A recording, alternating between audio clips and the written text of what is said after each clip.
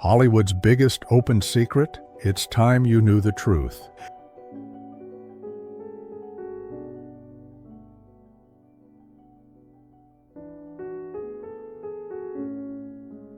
They were the icons of the golden age, idolized, envied, desired. But behind the glamour, they were hiding something. He is, of course, one. In an era where being openly gay could end a career, these stars lived double lives. Some found love in secret, others were forced into fake marriages, We do the network coverage. and a few had their truths exposed. Now, we're uncovering the hidden history of 21 secretly gay stars of old Hollywood. Before we begin, make sure to subscribe to our channel for more intriguing content like this. Dick Sargent. For years, audiences knew him as the charming, no-nonsense Darren Stevens on Bewitched. But while he played the role of the all-American husband on screen, Dick Sargent was living a far more complicated truth behind the scenes. Hollywood kept him in the closet, forcing him into silence as he navigated a career filled with whispers and quiet fears. Unlike many of his peers, Sargent never married a woman for appearances, but it wasn't until 1991, decades after his prime, that he publicly came out, revealing what many in Hollywood had already known. By then, he had nothing left to lose. His career had faded, and he was battling cancer. But in his final years, he became an outspoken advocate for LGBTQ+ rights, proving that even after a lifetime of secrecy, it was never too late to own the truth. Nigel Hawthorne. Brilliant, refined, and deeply private. Nigel Hawthorne was one of Britain's most celebrated actors. From Yes, Minister to the Madness of King George, his performances were legendary. But behind the dignity, he carried a secret that could have shattered his career. For how long, may I ask, did you weigh the pros and cons of this decision? Hawthorne spent decades in the closet, fearing exposure in an industry that rewarded discretion. Even as he became a respected figure, he lived in quiet fear. When he was outed by the press in the 1990s, just before his Oscar nomination, he was devastated. But instead of retreating, he embraced the truth. Though he never saw himself as an activist, his quiet courage helped pave the way for others. By the time he passed in 2001, Nigel Hawthorne was more than an actor. He was a man who, in the end, refused to hide.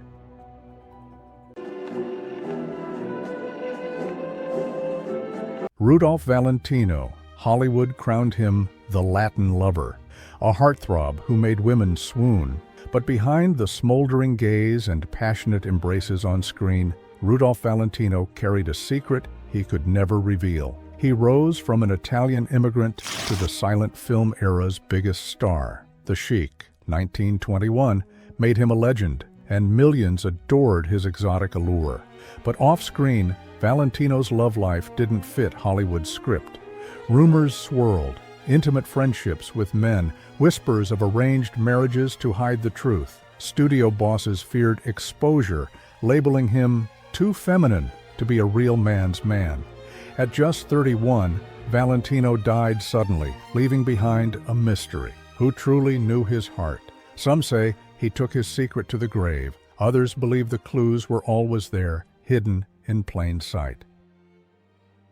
Geer. To millions, he was the warm, wise Grandpa Walton, a symbol of American family values. But Geer lived a double life, one that 1930s Hollywood refused to accept. Before his television fame, Geer was a passionate actor and activist, performing on Broadway and rubbing shoulders with leftist intellectuals. He also found love in places society deemed forbidden, most famously with fellow actor Harry Hay, who later founded the gay rights movement.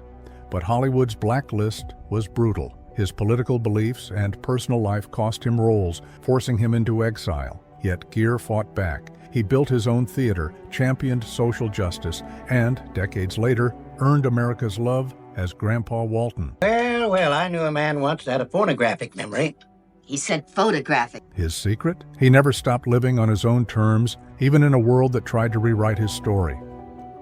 Liberace. His fingers danced across the piano, dripping in diamonds. His capes, his candelabra, his dazzling smile. Liberace was excess, extravagance, and pure showbiz magic. But behind the rhinestones, Hollywood's most flamboyant star lived in fear of exposure. By the 1950s, he was the highest-paid entertainer in the world, adored by housewives and ignored by critics. But whispers followed him, his lifelong companions, the secret lovers, the lawsuits against tabloids, daring to call him what he denied. "I cried all the way to the bank," he joked, masking the truth behind wit.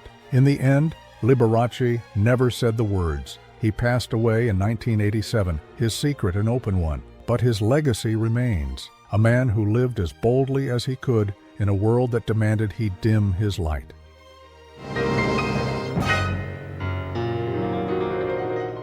Sir John Gielgud, a Shakespearean giant. His voice commanded the stage like royalty. Sir John Gielgud was the definition of class, until one moment of scandal threatened to erase it all. By the mid-20th century, Gielgud was a respected British actor, captivating audiences with Hamlet and Richard II. But in 1953, disaster struck. He was arrested for importuning another man. In that era, it was career suicide. Headlines screamed, the industry turned cold. He was humiliated. Yet when he stepped on stage days later, the audience rose in a standing ovation. Gielgud never spoke of that night. But he endured, becoming one of acting's greatest knights, proving that talent outlasts scandal. And in his final years, when it was safe, he finally said the words he'd once been too afraid to utter, "Yes, I was." Cesar Romero. He was Hollywood's eternal bachelor, charming, handsome, and always surrounded by women. But Cesar Romero's love life was the greatest illusion he ever performed. With his slick mustache and debonair style, he played Latin lovers, gangsters, and most famously, the Joker in Batman, 1966. Studios paraded him as a ladies' man, but the truth lay elsewhere. Romero preferred the company of men, secret romances, whispered affairs. He never married, never publicly spoke of his sexuality. In an era where being gay meant exile, he chose silence. Yet, in private, he lived freely. Hollywood never forced him into a fake marriage, never destroyed his career. He danced between two worlds, smiling through it all, like a true performer, and in the end, the joke was on those who thought they knew him. Raymond Burr. To America, he was the unshakable Perry Mason, the brilliant defense attorney who never lost a case. But in real life, Raymond Burr spent decades covering his own biggest truth. His story was crafted with precision, wives that never existed, a son that was never born, a past rewritten to keep Hollywood's suspicions at bay. In reality, Burr shared his life with one man for over 30 years. He knew exposure meant career death, so he wove a tragic backstory of lost love to deflect questions. But privately, he built a life of quiet happiness, away from cameras, beyond the gossip. When he died in 1993, his secret was no longer a secret. And though Hollywood forced him to act off-screen as much as on, Burr had already won his greatest case, living on his own terms. Kerwin Mathews. Hollywood loved him as the dashing hero in The Seventh Voyage of Sinbad, 1958. A swashbuckling dream with a chiseled jaw and a winning smile. But behind the adventure and fantasy, Kerwin Mathews was living a different story, one Hollywood refused to tell. Unlike other actors of his time, Mathews avoided the pressures of a fake Hollywood romance. He never married a woman, never played the studio's game. Instead, he found real love with his longtime partner, Tom Nicole. Together, they built a quiet life far from the cameras, avoiding the scandals that ruined so many others. When he passed in 2007, there were no shocking revelations, no dramatic confessions, just a simple truth. He lived on his own terms with the man he loved, proving that sometimes the greatest adventure is just being yourself. What good news, Captain?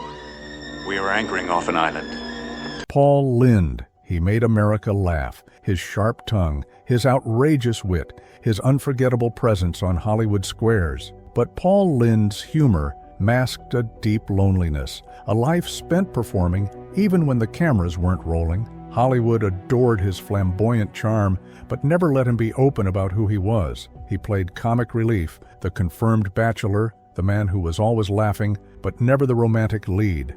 Off-screen, his personal struggles weighed heavy. Alcohol, self-destructive behavior, and the pain of hiding took their toll. Lynde never officially came out, though his sexuality was an open secret. He joked about it, deflected with humor.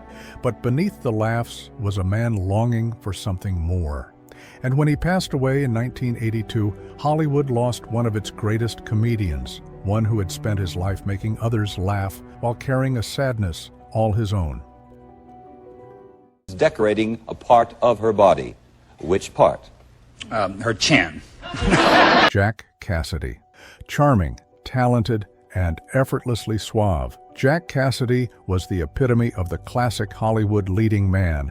On screen, he dazzled in musicals and dramas. Off-screen, his life was far more complicated than the roles he played. Cassidy married twice, first to actress Evelyn Ward and later to Broadway star Shirley Jones. Together, they built a picture-perfect Hollywood family, raising teen heartthrob David Cassidy. But behind the scenes, Cassidy struggled with his sexuality. Friends knew of his affairs with men, but in the 1970s Hollywood, the truth was still a dangerous thing. As his career declined, so did his control. Alcoholism consumed him, and in 1976, tragedy struck. He died in a house fire, leaving behind more questions than answers. Some say he never fully accepted himself. Others believe he simply burned too brightly for too long.